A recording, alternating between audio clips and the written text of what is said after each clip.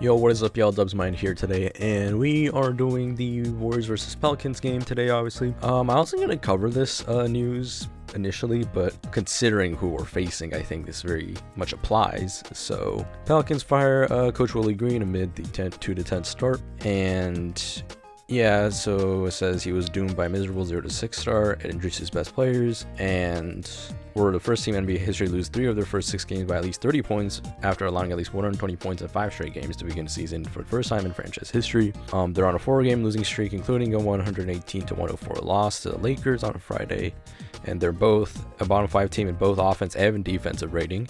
And I mean, Joe Dumars said it really wasn't the win-loss record as the ultimate determining factor.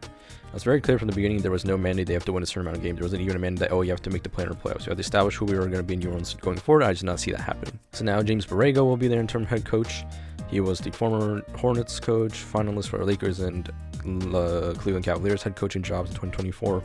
So he's going to be the interim head coach for the remainder of the season. We'll see what happens in today's game, because obviously, I don't know if the coaching change is going to make it, so there's a good chance that they end up winning this game. I still doubt it, because again, the team and the players are ultimately not the most well constructed to begin with, and that's the issue. So and yeah, I mean, there's not much to talk about here, just besides the fact he got fired. And I mean, Willie Green was our good old friend, you know, with the Warriors, because he was an assistant coach during our prime days.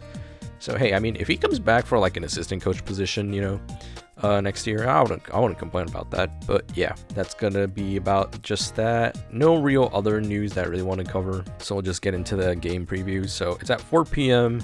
Pacific time, so a little bit of a pretty early start today. Obviously, it's on a road trip, so it's at the Pelicans.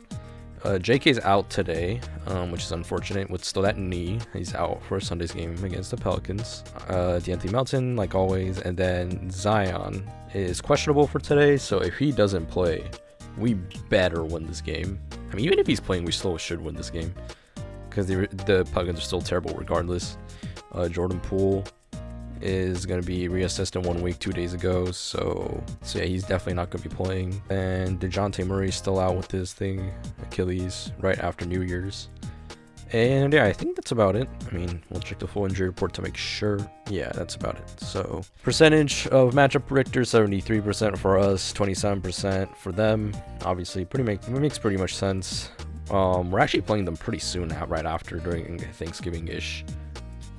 But that's about that. So let's just look at the Pelicans on Basketball Reference. So let's look at team stats to start off. So I mean, obviously they're not going to be a good team, so a lot of their stats are terrible. Like least amount of points in the league, least amount of blocks, least amount of assists, very low amount of rebounds, pretty much last in defensive rebounds. You can really get the offensive boards off of them. They are good at their own offensive boards, so making sure we box them out on their shots is going to be important. They have one of the worst inside finishing percentages.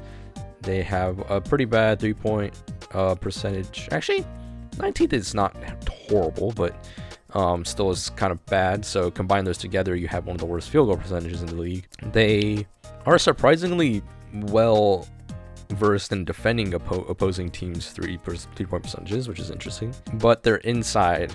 They allowed 64% for 2-pointers. That's kind of nuts, and they're worse in the league. So getting inside the paint is going to be very important for this game, from what it seems like. And they also get their shots blocked the most in the league. So that's that. Let's look at their recent schedule and see a good idea of what their starting team is. So the Lakers game: Trey Murphy, Sadiq Bey, Herbert Jones, Jeremiah Fears, and Loon Dogs. So we're going to be facing him. We'll see what happens with Zion, because then obviously I think Zion slots in where Looney is essentially. But yeah, I mean, Trey Murphy was balling last game. Jeremiah Fears was pretty good in the absence of JP. So those two, and then Derek Queen's been pretty solid too. I think overall, just this game, he was like, eh.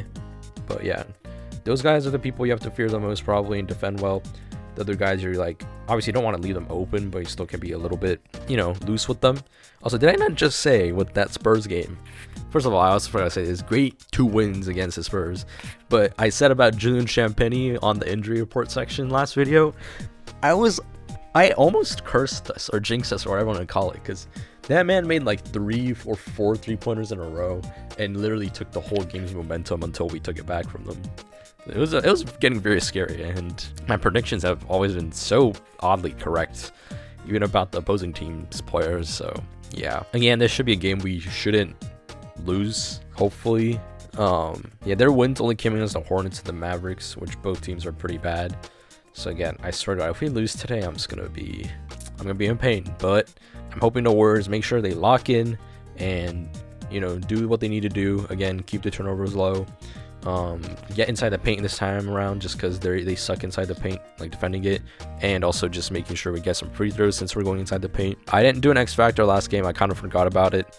I think X Factor for today's game is probably gonna be, I'll say Draymond, just because his offense wasn't literally clicking in these 2 Spurs games, but his defense has been. So can he maintain his defensive presence that he had against Spurs while still being able to, you know, get his few points, you know, get like, I don't know, 2 threes and 1 layup or something along those lines, you know, just give us some solid level of scoring, and the game should be pretty easy for us if Draymond scores. Oops, I didn't mean to click that. I was trying to click on the X. And yeah, I mean, this is gonna be pretty short. Again, this is a team that we should win against, so there's not much to talk about really. If Zion plays, then obviously another factor is gonna be, can, you know, Draymond play a good defense against Zion, not let him take over the game. And yeah, I think that's about it. I don't think there's much to talk about. I'm hoping I'll make the city jersey tier list video soon.